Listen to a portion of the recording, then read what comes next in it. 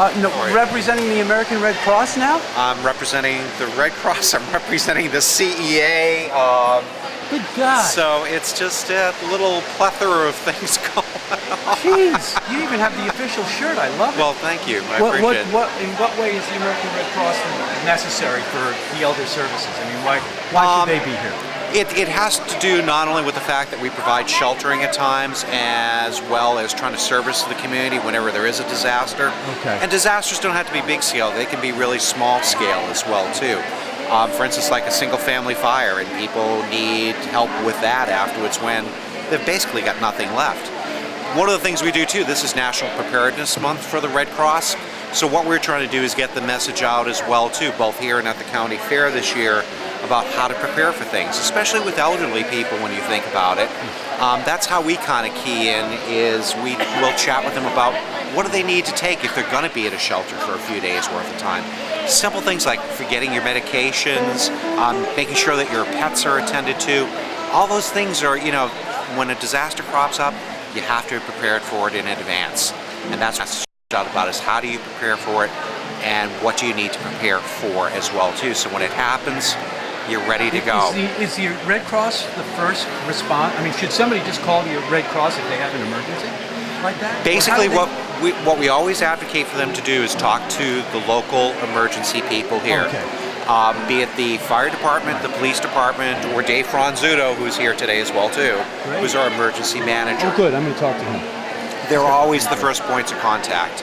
And then from there, if they need us, they'll get us involved in the process. But the local response is always the town first, and the Red Cross is ready and there for them whenever we need to be. As a pharmacist, Yeah. this is a big thing for the elderly people, because there's a plethora of plans. There is a plethora of plans out there at this point, all with innuendos about what drugs they will and won't pay for and stuff. This man right here is specially trained to be able to help them navigate. Phil, is that correct? It is true. Yep. We had to go off island for weeks for training. Okay, and so tell us how it all works. It's called Shine. A Shine counselor is taught, examined, and certified by the Commonwealth of Massachusetts to give free, confidential advice about Medicare, about all of the mass health programs, and all of the private health programs that interact amongst. Now, I don't know everything, but I have access to, if I do run across a problem that's so unusual that I can't handle it, I've got access to all the people who do. So I have office hours every Thursday afternoon. Where? Salt Marsh Center. Okay. Again, free, confidential. Do they have to show up there, or if it's confidential, can they call you? They can call me on the phone, but usually you want us to sit down and write down numbers and get pieces and show people things on the computer. When does that happen? What day does that happen? When people can? So every Thursday afternoon. What time? 1 to 4. Okay. And if they see me there at the Salt Marsh Center at other times, and I'm frequently there, unless I'm bound to be doing something else, I'll sit down and talk to anybody anytime. Phil, thank you very much for being there. I'm so glad you're here, Gino. Are you the only guy doing it? At the moment. Yeah. We used to have more, but sort of age out after a while. Okay. And hopefully we will have more in the future. Yeah, well, it sounds really important. And may I introduce you to this lady? Of course you can. This lady is Caroline Cole, and she's representing the Senior Medicare Patrol. Ooh, sounds official. You need a uniform for a patrol, don't you? Well, I have my name tag. Oh, that's good enough. Yeah. So I'm with the Senior Medicare Patrol program.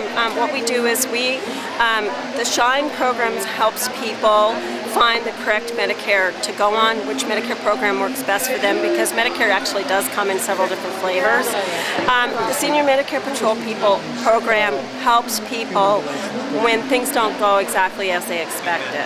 And so what we do is... What does that mean? Well, if somebody gets a charge on the Medicare bill that for a service that they did not receive, we want to know about that because we want to get the charge reversed and we want to get the money back to the Medicare Trust Fund. What about fraud, Medicare fraud? Well, we want to know about that too. Okay. Last year, Medicare lost $120 billion to fraud, somewhere between $60 to $120 billion to fraud.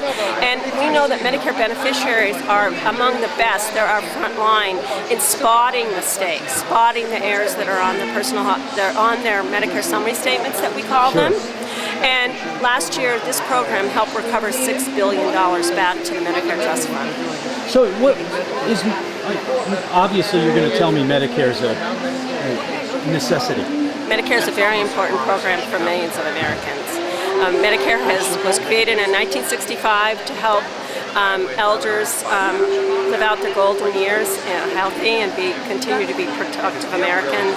Medicare is a very important program. Something we should continue to somehow fund. I want to make sure that Medicare is there not only for today's beneficiaries, but I want to make sure it's there for me and for my daughter. I totally agree. I think it's one of the greatest things we do. Right. So, okay, thank you very much. You're welcome.